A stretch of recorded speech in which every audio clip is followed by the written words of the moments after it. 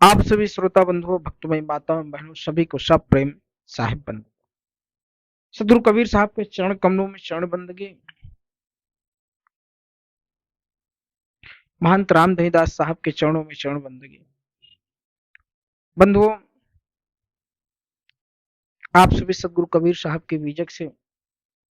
सदगुरु कबीर साहब के अनमोल शब्दों को श्रवण कर रहे हैं।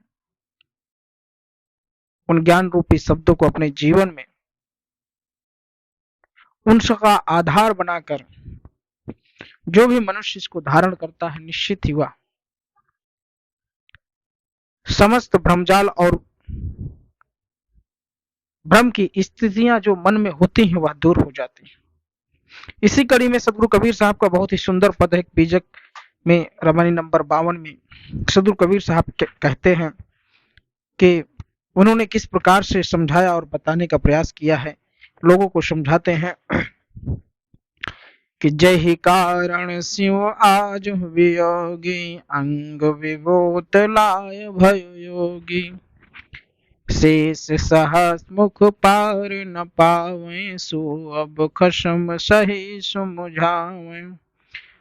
ऐसी विधि जो मो कहूँ धावे, छठयों माह दर्श सो पावे, कौन भाव दिखायो देहूं, गुप्त ही रहूं स्वभाव सब लेहूं, कहाँ कबीर पुकार के, सबका है विचार, कहाँ हमारा माने नहीं, कैसे छूटे भ्रमजार। सदगुरु कबीर साहब समझाते हैं और बताने का प्रयास करते हैं कि मनुष्य किस परम तत्व की खोज में भटक रहा है, क्या वह उस परम तत्व को पा सकता है। वह समझाते हैं और बताते हैं कि जिस परम तत्व को प्राप्त करने के लिए स्वयं शिव जी अपने शरीर में भभूत लगाए घूमते रहते हैं और आज भी वियोग जीवन व्यतीत कर रहे हैं, जिस परम तत्व का शेष नाग अपने हजारों मुखों में से गुणगान करते हैं परंतु पार नहीं पाते, उसी कुल स्वामी के आज के गुरु सही सही समझाने का दावा करते हैं और घोषणा करते हैं कि मेरे द्वारा बताई विधि से प्रार्थना उपासना करने से स्वामी के दर्शन होंगे, अर्थात मोक्ष की प्राप्ति होगी। मैं गुप्त रहकर भी तुम्हारी गतिविधियों का परख करता रहूंगा। आगे सदगुरु कबीर साहब कहते हैं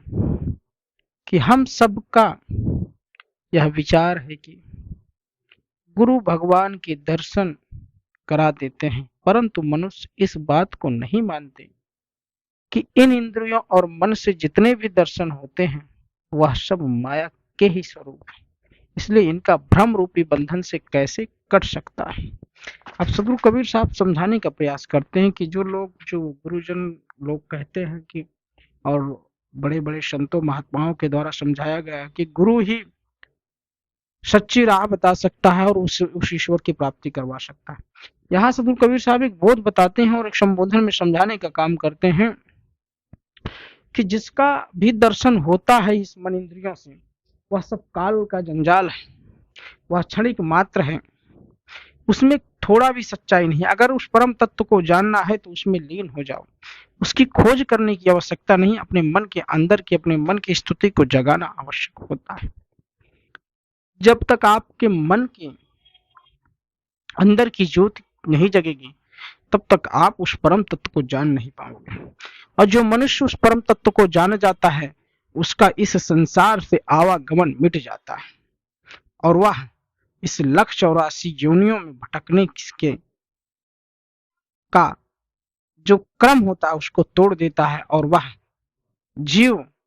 सत्यलोक चला जाता है। सदगुरु कबीर साहब ऐसा समझाते हैं और ऐसा बताते हैं। लेकिन बहुत सारे गुरुजन ऐसा कहते हैं कि मैं आपको दर्शन करवा दूंगा, भगवान की प्राप्ति करवा दूंगा,